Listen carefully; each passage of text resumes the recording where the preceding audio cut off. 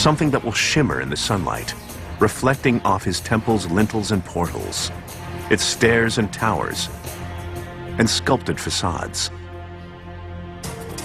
When they are finished, the laterite will be completely encased in sandstone.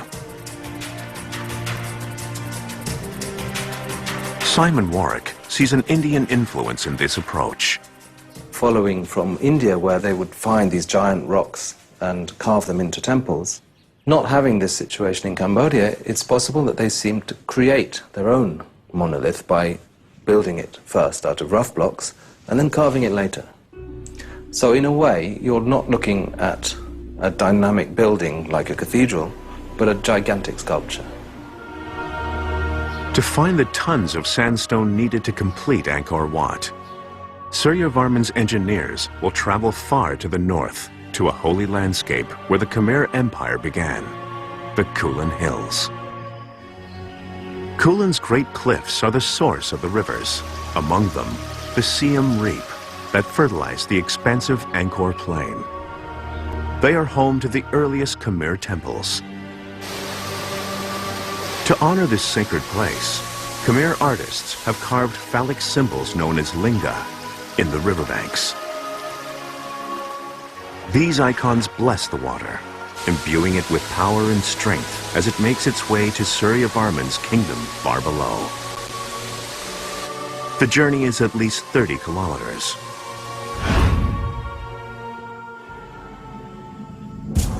The work to quarry the stone was arduous and slow. Khmer tools were rudimentary. Workers used chisels to trench the stone. Then they insert wooden wedges.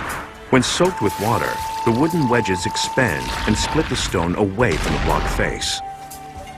After teams rough out blocks, specialized transportation crews move these stones, weighing anything between 2 to 12 tons. Experts estimate that workers had to shape and transport 300 to 400 blocks of sandstone per day to meet the ambitious timeline of temple construction. Just how the Khmer transported this mountain of stone has led to decades of speculation. But some evidence is carved into the stone itself. In this bas-relief, we can see the Khmer using floating bridges and rafts to carry people and animals across water. The circles represent bamboo poles lashed together in a crude bridge, bobbing above the river teeming with fish and supporting the weight of an entire army on the move. It seems likely that the crews would have loaded the stones onto some sort of barge or raft, which was floated into one of the many channels leading to the temple site. Once on the canal system, the barge is towed by animal traction, possibly elephants or water buffalo. If, during the dry season, water levels in the canals are too low, the Khmer might block the arches of the road's bridges to create a lock, providing steady passage for the convoy of stones. At the Angkor Wat site, workers swarm all over, unloading and stockpiling the sandstone blocks. It's also important to remember that this is a huge feat of logistics and supply as well. If you were to be standing here 800 or 900 years ago watching this thing being put together, what you would see is just vast armies of people, elephants, cables, gurneys for placing stones into place, an elaborate system of bamboo and ropes in order to move everything into place and get it into the right spot. The workers hurry to create temple walls from stone blocks, but they now face a new challenge, moving the stone around the site. And the moat once again proves its usefulness. Now it functions as a port. By floating the blocks around the moat, materials can be delivered directly to any side of the site.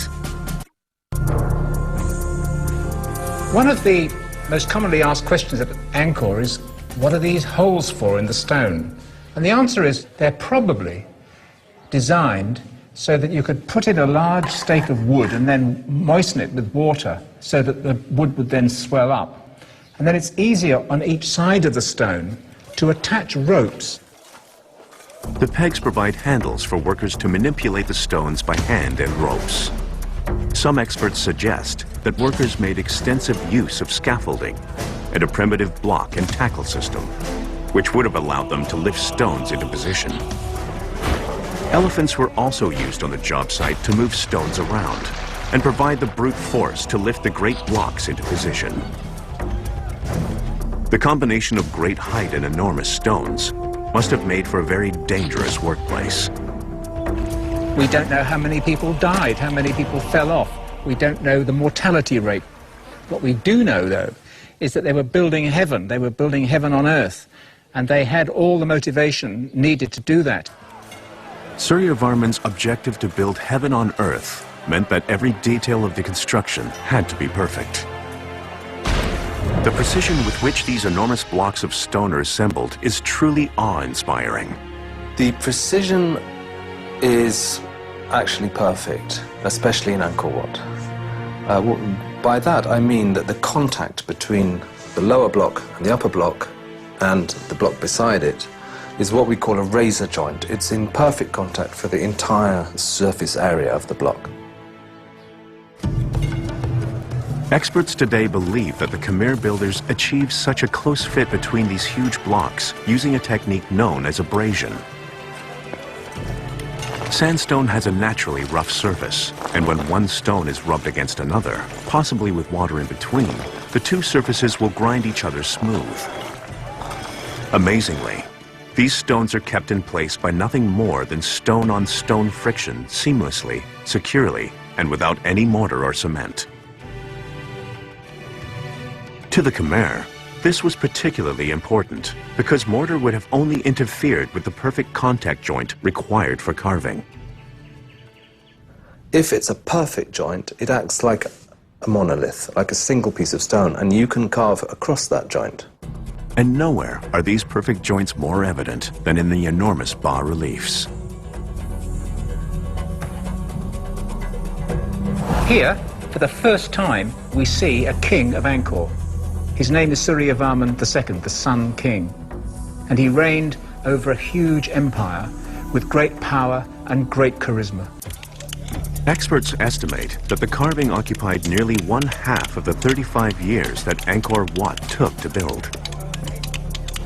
2 or 3 levels of talent went into carving the stone, which involved the highest levels of artisans who were very prized possessions in ancient cultures like this.